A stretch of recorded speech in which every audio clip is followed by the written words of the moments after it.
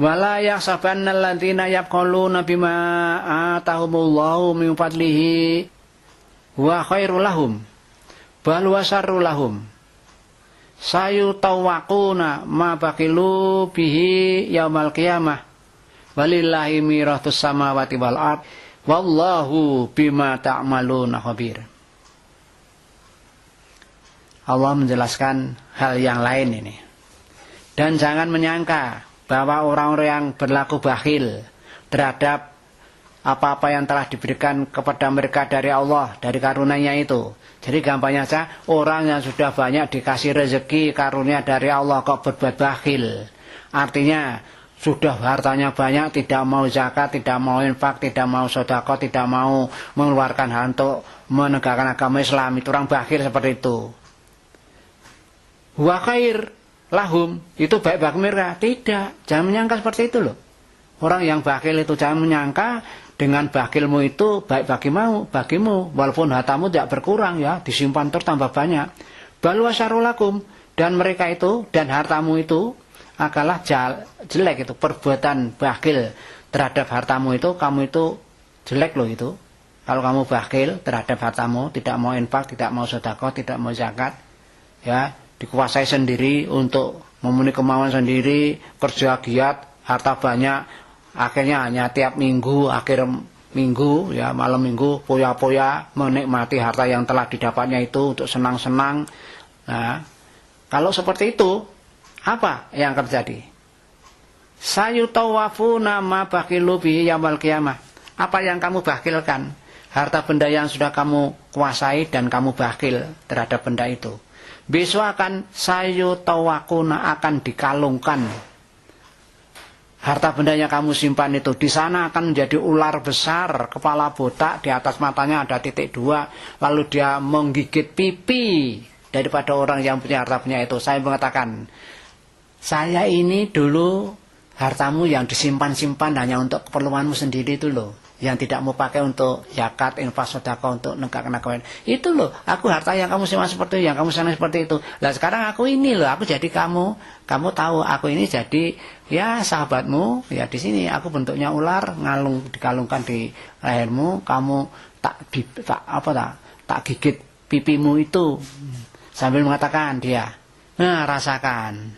Ini loh, aku yang kamu simpan itu. Itu begitu besok di akhirat itu, orang yang bakhil seperti itu. Di yaumul qiyamah. Walillahi mirathus samawati wal ard wallahu bima ta'maluna khabir. Dan milik Allah lah itu, yaitu pusaka atau harta-harta warisan yang ada di langit dan di bumi. Semuanya itu milik Allah. Wallahu bima ta'maluna khabir. Dan Allah itu terhadap apa yang kamu lakukan itu maha mengetahui atau melihat. Laqad sami Allahu qaulal ladzina qalu innallaha faqir wa nahnu aghnia. Loh, ini kesombongan orang-orang Yahudi, orang-orang agama lain itu menyombongkan diri di hadapan Allah. Apa katanya? Sungguh laqad sami Allah, sungguh Allah mengetahui, Allah mendengar ucapan orang-orang yang mengatakan bahwa Allah itu fakir. Loh, Allah fakir. Mengapa orang Yahudi ngomong seperti ini? Karena memang ada ayat yang menjelaskan barang siapa yang memberikan pinjaman pada Allah yang baik, pinjaman yang baik, maka Allah akan membalasnya dengan berlipat-lipat. Lah orang Yahudi tahu. Lalu tanya pada Muhammad, Muhammad, mengapa Tuhan Allahmu itu kok fakir? Buktinya dia minta pinjaman pada hambanya kok. Nah memang fakir loh. Tuhanmu itu fakir loh begitu. Padahal kami ini kan malah kaya, wa nahnu aghnia, aku itu kaya. Nah, Allah mendengar ucapan orang seperti itu, yang mengatakan Allah fakir dan dia mengatakan kaya. Apa kata Allah? Sanaktubu maqalu wa qatalahumul anbiya'a bi ghairi haq. Sungguh mereka tak catat itu, kami catat ya. Allah berfirman, tak catat itu ucapan mereka yang mengatakan kami kafir. Penghinaan bukan main itu orang Yahudi, menghina Allah seberat-beratnya. Masa Allah dikatakan fakir dan malah yang kaya itu mereka? Itu kan kurang ajar itu orang Yahudi itu. Sungguh akan kamu catat ya, akan kami catat itu. Maqalu, apa yang mereka ucapan itu. Jadi dia mengatakan Allah itu fakir dan kami itu kaya, itu dicatat oleh Allah Dan besok akan dituntut mereka itu yang ngomong seperti itu di akhirat akan disiksa. Ya begitu. Makalu apa yang dikatakan mereka tadi. Karena mengatakan Allah kafir dan saya kaya. Waqat lahumul anbiya'a bi ghairi haq.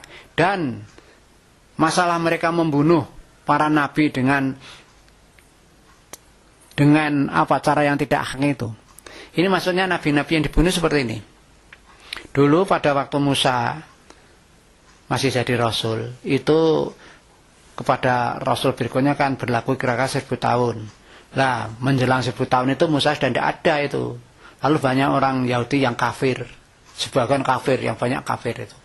Lah, untuk mengamankan umat Musa supaya bisa terus mengikuti ajaran Musa, Allah mengutus nabi.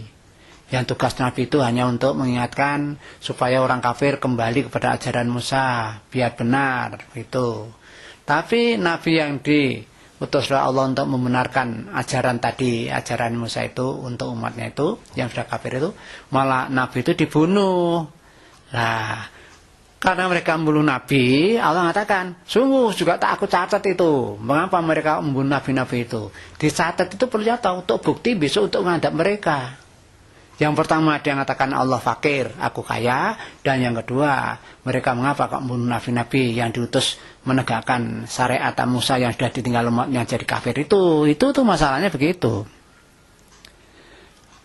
Di samping Allah menyatakan mencatat kedua ucapan, kedua hal, yaitu ucapan mereka dan mereka membunuh para nabi itu dengan tidak hak itu, Allah mengatakan wa naqulu dzuqu adzabal qarik. Besok pada waktu menyiksa itu Allah mengatakan, kami berkata kepada mereka itu, dzuqu, rasakan siksa yang membakar ini. Ya sudah, dia masuk ke neraka, terbakar. Qarik itu neraka yang membakar, badannya dibakar. Allah mengatakan, nah, rasakno sekarang, kurang ajar kamu dulu. Mengatakan saya itu fakir. Nah, saya fakir, bahkan yang kaya kamu. Wah, kamu itu sombongnya bukan. Ya, rasakan sekarang, tak masuk ke neraka yang bakar ini. Begitu, bisa akan begitu itu yang dialami orang-orang yang Yahudi yang berkata seperti itu. Dzalika bima qaddamat aydikum. Yang demikian itu, ya, mereka akan dibakar di neraka yang bakar itu disebabkan oleh ya perbuatan kesalahan tangan mereka sendiri, akibat kesalahan mereka yang dibuat oleh mereka sendiri itu, termasuk kesalahan mengatakan Allah fakir tadi dan dia kaya, dan kesalahan dia membunuh nabi itu sebabnya mereka akan dibakar di neraka yang bakar. Wa anallaha laisa bidzallamin lil abid, dan sesungguhnya Allah itu tidaklah akan menganiaya hambanya. Jadi kalau Allah mengatakan rasakan siksa yang bakar, itu Allah menganggap karena mereka mengatakan Allah itu fakir, kami kaya, dan nabi-nabinya Rasul dibunuh. Ya karena itu mereka itu dibakar di neraka yang bakar, yang di neraka yang membakar.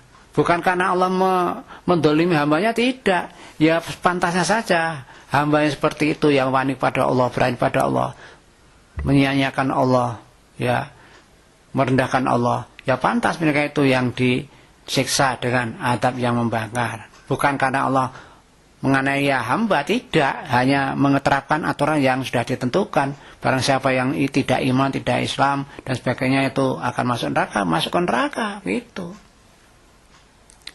Alladzina qalu innallaha ahida ilaina alla nu'mina li rasulin hatta ya'tiyana bi qurbanin ta'kuluhun nar.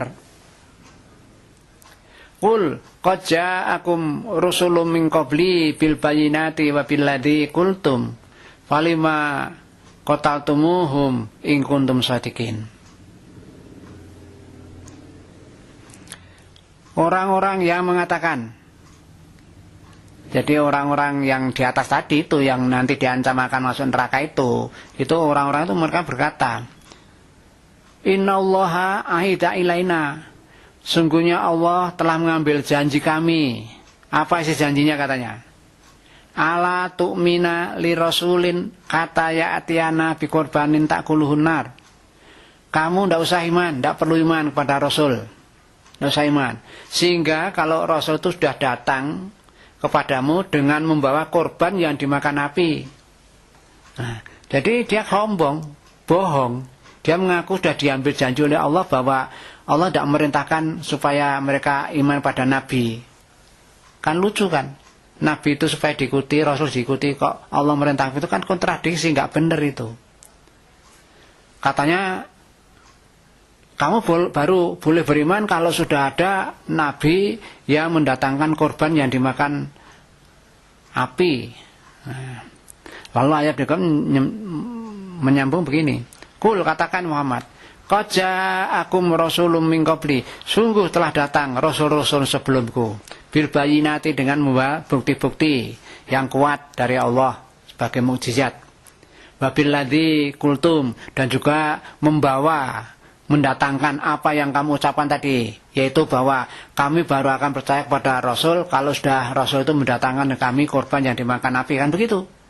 Nah, itu memang betul-betul nanti Rasul datang akan membawa itu, ada korban yang dimakan api. Lah, mengenai korban yang dimakan api itu bisa dicontohkan yaitu pada masa Nabi Adam. Adam pada waktu punya anak sampai 2 periode itu kan setiap lahir kembar, laki-laki perempuan, laki-laki perempuan. Lalu berlaku hukum kawin, bahwa perkawinan harus berlaku silang. Jadi Qabil mestinya dapat pasangannya lahir Habil, dan Habil dapat pasangannya lahir Qabil. Padahal yang pasangannya Qabil itu cantik, yang pasangan Habil tidak cantik. Lah Qabil nggak mau disilang seperti itu. Aku harus tetap dapat pasanganku yang cantik ini. Nah begitu. Lah intinya, nah terus turun syariat dari Allah melalui ayahnya, melalui Adam mestinya begitu. Lah sudah, kalau begitu korbanlah kamu berdua. Siapa nanti yang diizini untuk kawin ini dengan yang cantik itu? Dan delalah keduanya berkorban, Qabil dan Habil itu. Qabil berkorban dengan tanam-tanaman yang sudah layu, sedang Habil berkorban dengan binatang ternak, entah kambing entah apa begitu. Nah ternyata korban yang diterima itu yaitu yang dimakan api dari langit. Nah, turunlah api dari langit, yang dimakan justru binatang korban tadi, binatang kambing tadi. Berarti itu menunjukkan Habil yang menang, yang diridhoi Allah, nanti mengawini adiknya yang cantik tadi, yang pasangannya Qabil itu. Sedang korbannya Qabil yang berupa tanaman yang layu tidak diterima. Nah, dengan begitu mestinya Qabil harus mengalah. Adiknya pasangan yang cantik itu nanti jadi istrinya Habil, tapi dia tidak mau. Akhirnya apa? Dibunuhlah Habil. Nah, begitu kan ceritanya. Nah, Habil dibunuh. Nah, sudah. Setelah bunuh bingung juga dia. Mau diapakan adik saya sudah mati itu. Nah, Allah mengutus 2 gagak berkelahi. Ya gitulah. Burung gagak berkelahi, satunya mati. Lah yang hidup itu ya membuat lubang untuk menanam burung gagak yang mati itu. Lah Qabil lalu ikut-ikut, oh kalau begitu adikku ya tak kubur seperti itu. Lah itulah Habil itu merupakan orang yang mati pertama kali dan dikubur seperti itu. Itu sambungannya dengan ayat ini tadi itu, bahwa dia menuntut, dia baru mau iman kepada Rasul kalau Rasul yang datang itu sudah membawakan korban yang dimakan api. Lah contohnya seperti itu. Lah orang-orang Bani Israel yang menentang Allah itu baru mau iman kepada Rasul kalau begitu itu tadi. Sudah datang orang Nabi yang membawa korban yang dimakan api seperti itu. Qul, katakan Muhammad, qad ja'akum rusulun min qabli bil bayyinat. Katakanlah Muhammad, sungguh telah datang kepadamu rasul-rasul sebelumku dengan membawa tanda bukti yang jelas. Wabil ladzi qultum, dan membawa apa yang kamu minta tadi, bahwa Rasul itu datang harus membawa korban yang dimakan api. Ya, itu sudah terjadi seperti contoh yang tak berikan itu. Falima qataltumuhum, maka mengapa kamu kok membunuh nabi-nabi itu? In kuntum shadiqin, kalau kamu itu benar. Kalau kamu benar tidak begitu. Masa Nabi diutus untuk membenarkan agamanya, ajaran Musa, ya supaya umatnya yang sudah kafir kembali ke ajaran, kok malah kamu bunuh. Lah kalau begitu bagaimana kamu itu, kalau kamu itu yang benar?